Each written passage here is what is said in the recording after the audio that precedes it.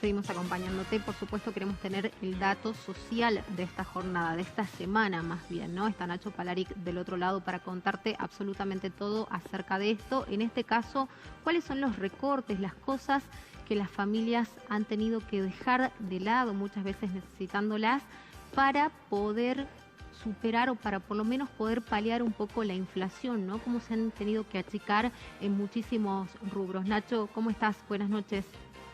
¿Qué tal? Buenas noches, Mabel, ¿cómo estás? Un saludo muy grande para toda la audiencia.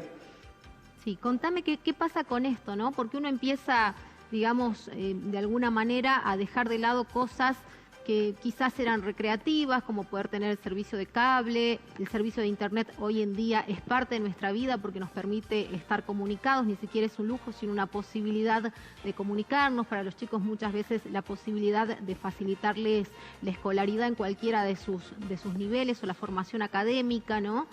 La posibilidad de investigar, de tener acceso a múltiples cosas, pero digo, uno empieza a prescindir de estas ofertas o de servicios que antes contrataba, y no me imagino qué es lo que pasa en el ámbito de los alimentos, por ejemplo, ¿no? Sí, como decís vos, digo, lo de internet es una necesidad claramente, ¿no? Lo vimos muy claro durante la pandemia. Digo, podías llegar a tener hasta 3 hijos en distintos niveles de escolaridad, pero con un solo dispositivo, en lugares con poca conectividad. Entonces, digo, claramente es una necesidad, ¿no? Hay una encuesta bien interesante, la elabora la consultora D'Alessio Borenstein. Es una información que se ha publicado al 31 de octubre de este año, y un relevamiento sobre la percepción que tienen los argentinos sobre las causas de la inflación, y un relevamiento que también da cuenta, como vos decís, de las consecuencias que tienen en la calidad de vida, ¿no? En el acceso a cuestiones que son básicas, ¿no?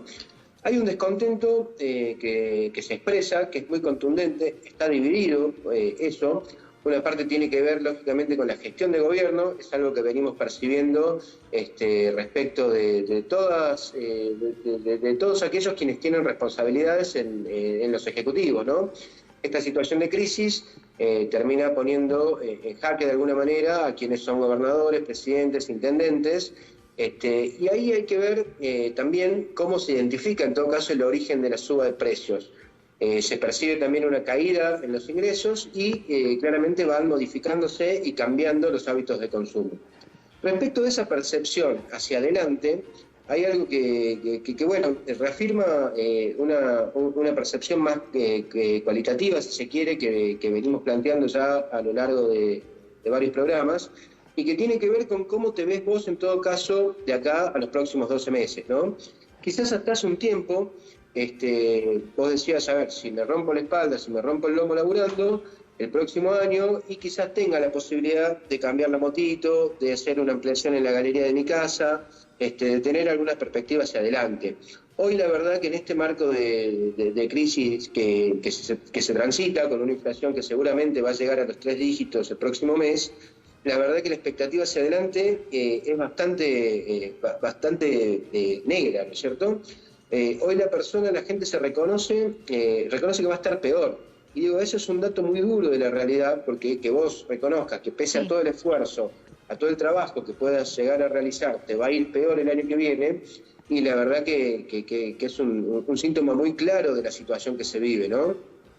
Hay un empeoramiento de la situación económica. Solamente un 21% de la gente, de la sociedad de hoy, considera que es mejor hoy el nivel de vida que el que tenían quizás hace un año, ¿no? Esto también representa los niveles de aceptación que tiene hoy la gestión de Alberto Fernández. Por otro lado, el 70% de la gente hoy piensa que la situación va a empeorar respecto de los próximos 12 meses. El 78% de la gente entrevistada dice que su ingreso estuvo por debajo de la línea de inflación, y un 73% estima que esa situación se va a mantener el año próximo. Una cifra que, si además incorporamos a los jubilados, un sector que tiene un costo de vida que es mucho más elevado quizás que el de una familia tipo, porque hay que incluir la compra de los remedios y el costo de la canasta para el jubilado suele ser más alta, tenemos que el 84% considera que sus ingresos han sido peores y un 79% considera que van a seguir siendo peores, ¿no? Digo, acá es incorporar otra dimensión de este debate que venimos planteando, es incorporar, digamos, con datos cuantitativos quizás esta percepción que sentimos. Hay que tener en cuenta que hoy nos hemos acostumbrado quizás a tener una inflación que oscila entre el 6 y el 7% en los últimos meses, sí, que representa la inflación más alta en los últimos 30 años en la Argentina, y que además te eleva el costo del nivel de vida para no caer bajo la línea de pobreza. Por ejemplo, para una familia tipo, te pone un ingreso de 120.000 pesos. Digo, algo que realmente hoy, sobre todo para cualquier salteño o salteña, es una utopía, ¿no? Seguro que sí.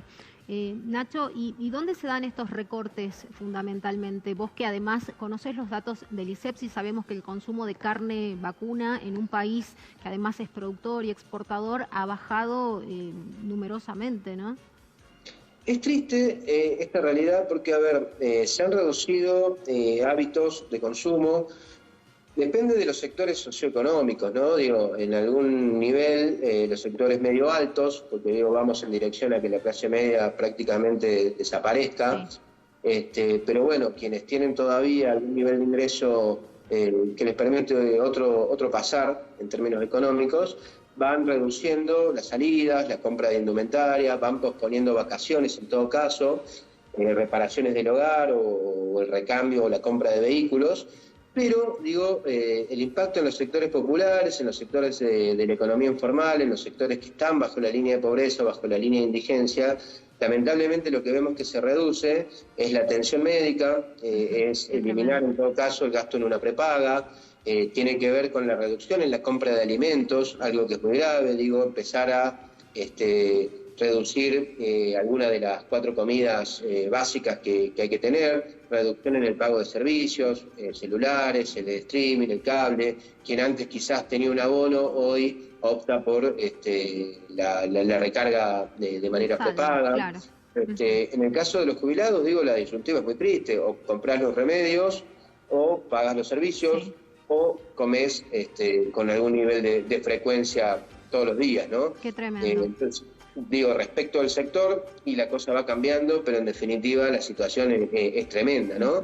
Seguro. Después digo, sí tener en cuenta esto que venimos planteando también en términos de dónde se siente representada políticamente la sociedad, y ahí también aparece nuevamente la grieta, algo que bueno, definimos como muy nocivo para la Argentina, y queda claro, ¿no? Uno de los grandes problemas a la hora de combatir la inflación es que no hay un consenso generalizado, claro, respecto a cuáles son sus causas, ¿no? Entonces muchas veces, digo, también ahí no solamente el sentido de pertenencia político, sino el relato que muchas veces se construye desde los medios de comunicación, desde la clase política, también tiene algún nivel de impacto, ¿no? Por ejemplo...